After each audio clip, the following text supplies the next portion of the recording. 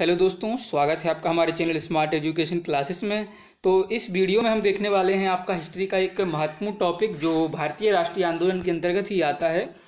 भारत का विभाजन और स्वतंत्रता कैसे मिली, क्या क्या चीज़ें रहीं, सारी चीज़ें डिस्कस की जाएंगी। ये रहेगा 17वां वीडियो इस सीरीज का और इसमें हम लगभग 20 वीडियो पूरे करेंगे।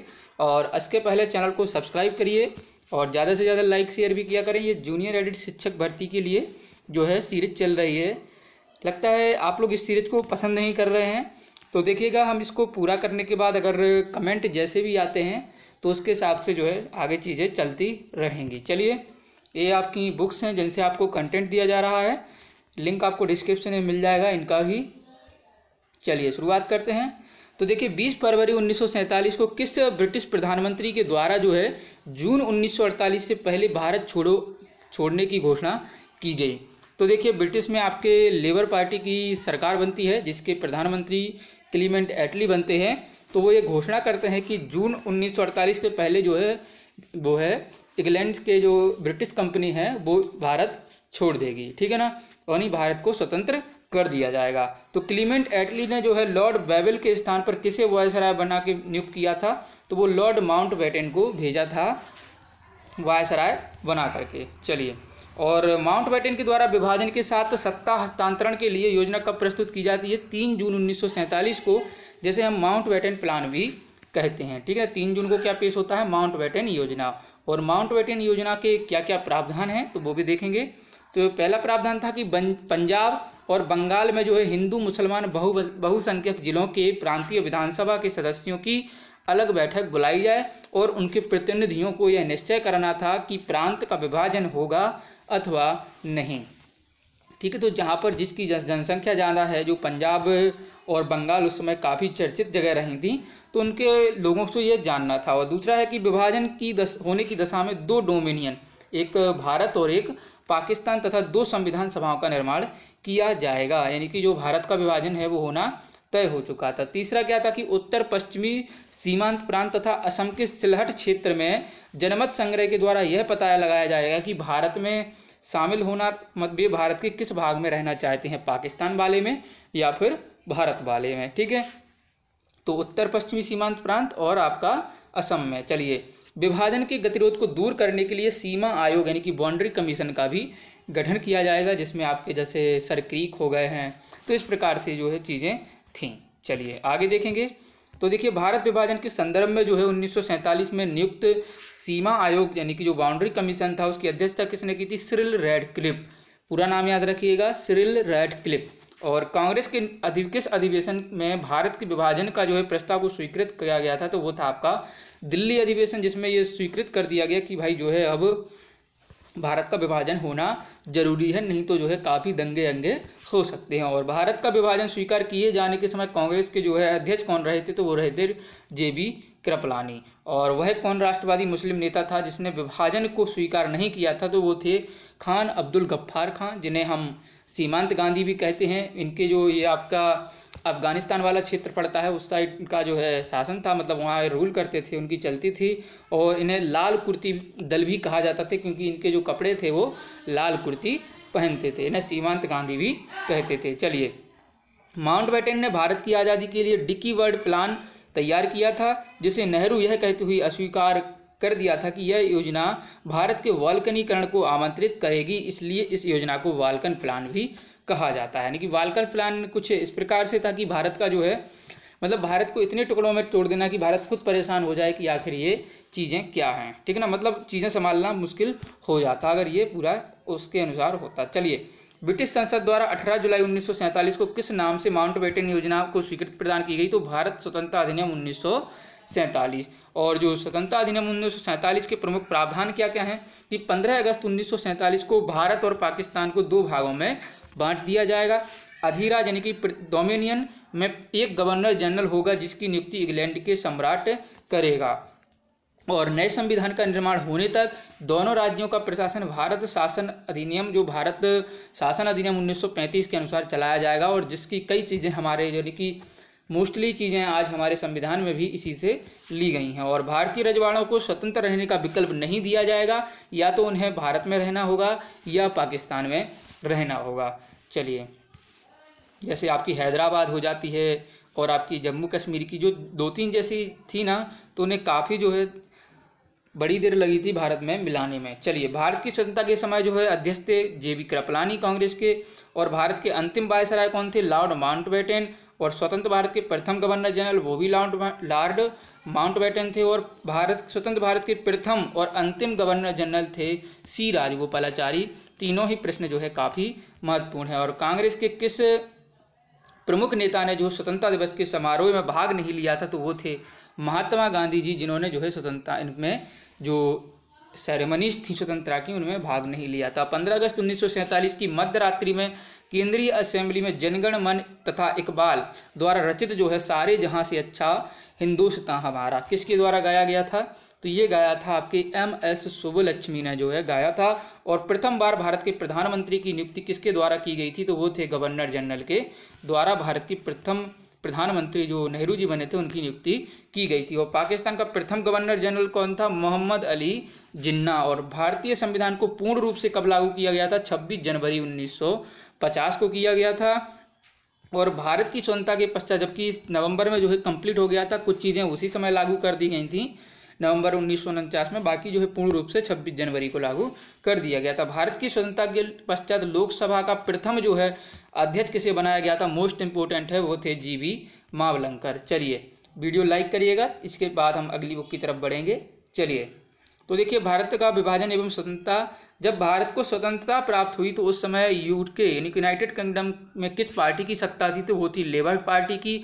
और जो प्रधानमंत्री बने थे वो क्लीमेंट एटली बने थे, जो कि भारत के प्रति एक उदारवादी रुख रखते थे।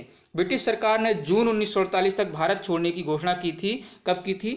फरवरी 1947 में ये घोषणा कर दी गई थी। और लॉर्ड माउंटबेटन ने वायसराय के रूप में भारत आए थे यथासंभव भारत को संयुक्त रखने की विशेष हिदायत के साथ, लेकिन जो इनका उद्देश्य था वो था भारत विभाजन।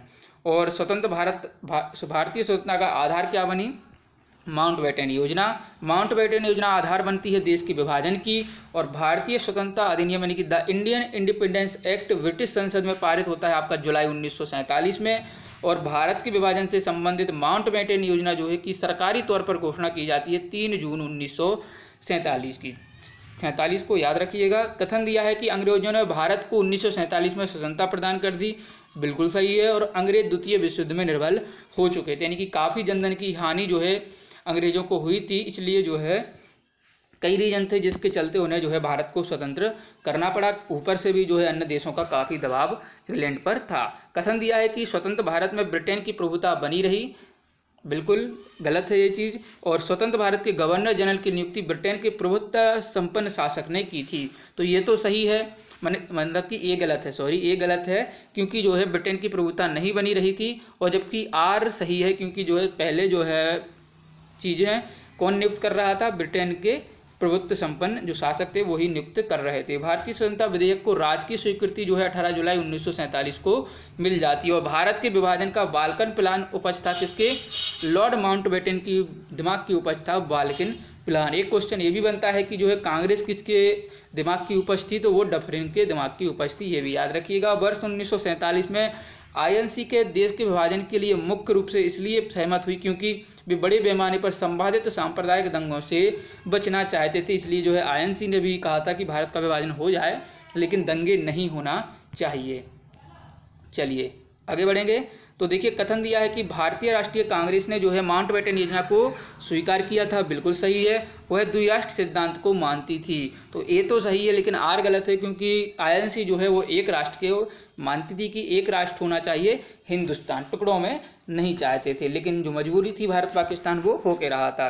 भारत के विभाजन के विकल्प के रूप में गांधी जी ने जो है माउंटबेटन को सुझाया था कि वे जिन्ना को सरकार बनाने के लिए आमंत्रित करें। गांधी जी ने कहा था जो माउंटबेटन से कि आप बुलाइए जिन्ना को, अगर वो सरकार बना सकते हैं। रेड क्लिफ समिति नियुक्त की गई थी भारत और पाकिस्तान के बीच की जो है सीमाएं उन्हें निर्धारित करने के लिए।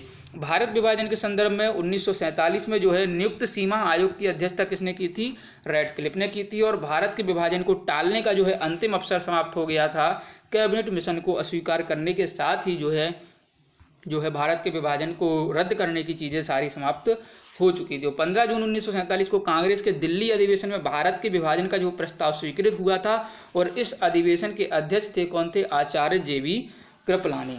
चलिए, नई दिल्ली में वर्ष 1947 में आयोजित अखिल भारतीय कांग्रेस समिति की बैठक में गोविंद वल्लभ पंत, सरदार पटेल जी, JB कृपलानी तथा अबुल कलाम आज़ाद में से जो है विभाजन के प्रस्ताव का समर्थन किया था, वो किया था अबुल कलाम आज़ाद ने। और आगे जाके ये पहले हमारे शिक्षा मंत्री भी देखते हैं।